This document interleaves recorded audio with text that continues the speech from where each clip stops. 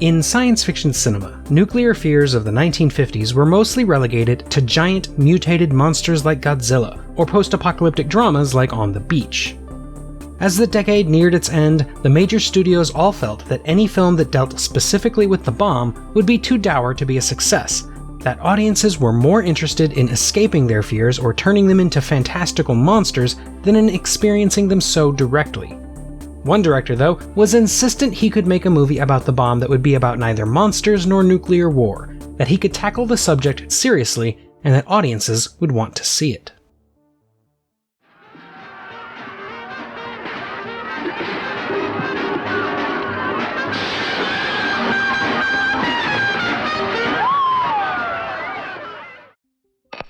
Peter Stenning has just stumbled across the biggest news story of his career. It's no secret the weather has been acting up lately, with unprecedented fog descending over London, terrible storms raging in the night, and the heat continuing to rise inexorably day by day. However, Stenning has just been told that this has all been the result of simultaneous nuclear detonations that have tilted the Earth off its axis. What's more, the tilted Earth is now slowly falling out of orbit, gradually making its way towards the sun. As the story breaks and chaos pours into the streets, Stenning must decide if there is any hope for himself or for mankind. Before we go any further, if you could hit that like button, it'll take some of the heat off my channel. If you do like these videos, be sure to subscribe as well. Thank you in advance. While we're paused here, I do have one more thing I need to address. In my 1,000 subscriber special a few episodes back, I made a disparaging comment about the movie Wing Commander, and I dared my fellow geeks over at No Market Media to review it after they took issue with what I said. They've reviewed it now, so I have to take back my comment. Apologies to Wing Commander. I'm willing to concede that it's not the worst movie ever made. The No Market Media guys do really good review-style reviews, as opposed to my retrospective-style reviews, so go check them out when you have the chance. They went through all the OG Star Trek movies, which I still haven't finished, so if you're hungry to hear about Star Treks 4 through 6, they've got it covered. So, what do you think of Star Trek V, The Final Frontier? With all that out of the way, let's get back to the subject at hand. Throughout the 1950s, the British director Val Guest, known mostly for his Hammer films, kept pitching a movie about nuclear testing and the end of the world, but nobody was interested. Guest, a one-time reporter who'd transitioned into screenwriting and directing, was probably most famous at the time for lending a documentary style to fairly absurd subject matter, of taking something like the science fiction fantasy of the Quatermass experiment and using cinema verite to make it feel realistic. He'd done comedies, thrillers, and war movies, but even with his pedigree, the studios told him that nobody wanted to, quote, hear about the bloody bomb, unquote. Through sheer persistence, though, Guest eventually convinced British Lion to finance his nuclear disaster movie, though they made him put up his profits from the musical comedy Espresso Bongo as collateral. Even then, they only allowed him a tiny budget of less than £200,000, which was less money than many television shows were spending on individual episodes at the time. Guest worked up a screenplay with the help of writer Wolf Mankiewicz, who he'd worked with many times before, and the duo used Guest's background as a reporter to inform most of the plot and setting. Guest was particularly keen to show the world what a newsroom was really like, as he felt they were never portrayed properly in film and television, and he made a point of having overlapping, snappy dialogue that flows the way it does in a busy news editor's office. This dialogue makes the movie feel like a dryly British version of a Howard Hawks movie, and it's honestly one of the best things about it. What's it all mean? I was going on holiday next month. You think I should cancel it? The only thing that cancels your life insurance. Sell up and have an orgy. The lead character of Peter Stenning was originally written for Richard Burton, but he was much too expensive for the small budget. Instead, Guest hired the unknown Edward Judd after seeing him in a television show. Judd would go on to work in Hollywood after the day the Earth caught fire, but he was reportedly argumentative on set and generally difficult to work with, which is probably why he never amounted to much, despite being a pretty good leading man. For the female lead, Jeannie Craig, Guest brought on Janet Monroe, known mostly for Disney movies like Darby O'Gill and the Little People and Swiss Family Robinson. She had been in the relatively small British sci-fi monster flick The Trollenberg Terror in 1958, but for the most part, she was worried about being typecast in family-friendly fare. She was eager to sign on to The Day the Earth Caught Fire because it promised to be a more adult-oriented film. She didn't even mind appearing topless, which she only does for a handful of frames. Those frames, along with a few more, less revealing topless moments, earned the film an X rating by the British Board of Censors, forbidding anyone under the age of 16 from seeing it in theaters, and ensuring that this would indeed be more adult than most of Munro's earlier work.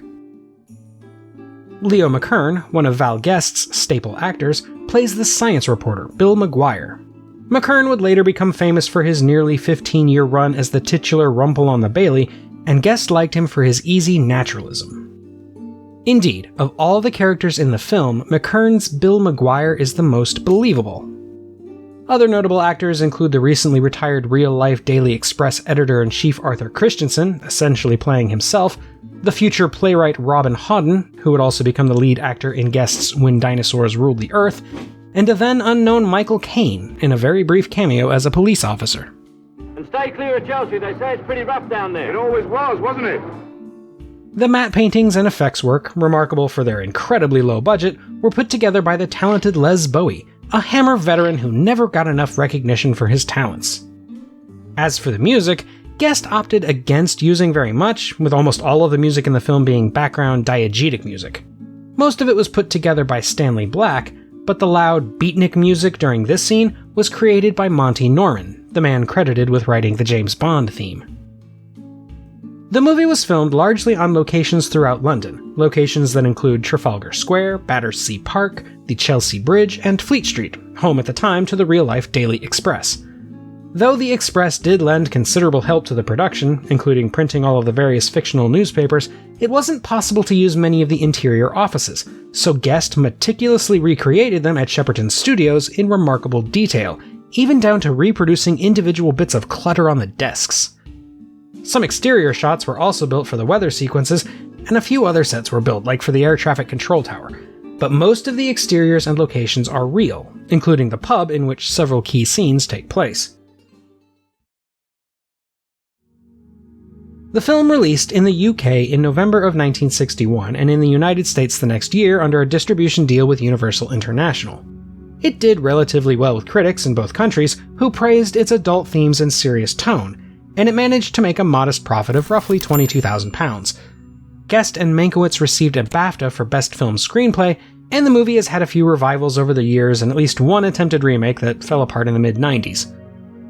I wouldn't call it a particularly well-known movie outside of certain geek circles. I wouldn't even really call it a cult classic, but it is an example of serious filmmaking on a budget that proved to be well ahead of its time, riffing on the disaster movie formula in a novel and interesting way. It built off of the nuclear fears so common for 50s and 60s sci-fi cinema, but while there's plenty of disaster movie spectacle on screen, there are no villains to blame or mutated monsters to fight. Instead, it is the climate itself that has become the antagonistic force, and this movie came out well before the eco-fiction boom of the 70s or the extreme climate fears of the modern age.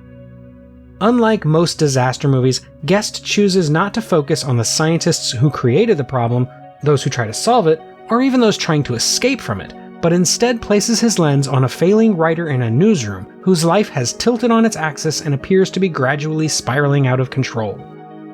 Peter Stenning is recently divorced, desperate to connect to a son that is drifting out of his reach, drowns his sorrows in alcohol, and shows up late for work, usually whining about how he's become little more than an errand boy.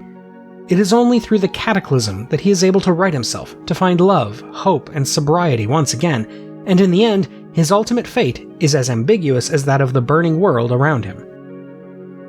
There is some science to be found here. Guest reportedly did an astonishing amount of research in order to make it as plausible as he could, but this isn't a story that is really concerned with its own science fiction premise. This is, first and foremost, a character study, and it's a damn good one if you ask me.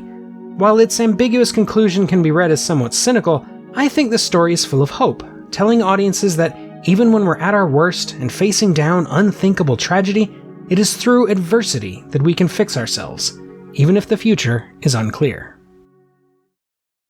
And that's all for today, my fellow Earthlings. What's your favorite climate disaster movie? Let me know in the comments, and while you're there, don't forget to like and subscribe if you haven't already.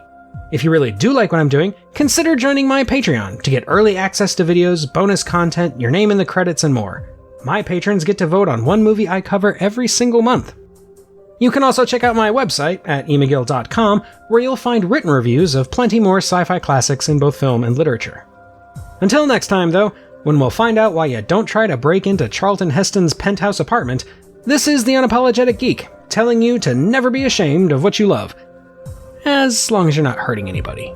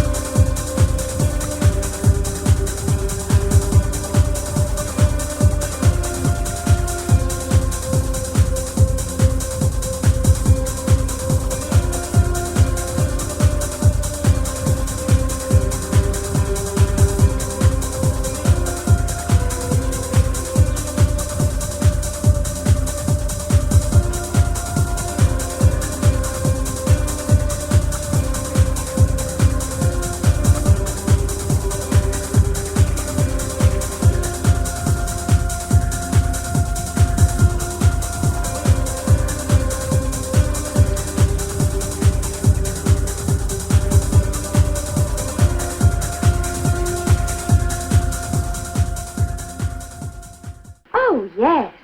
And if your feet are standing, that's not all you get. Great. You get this too, sweetie.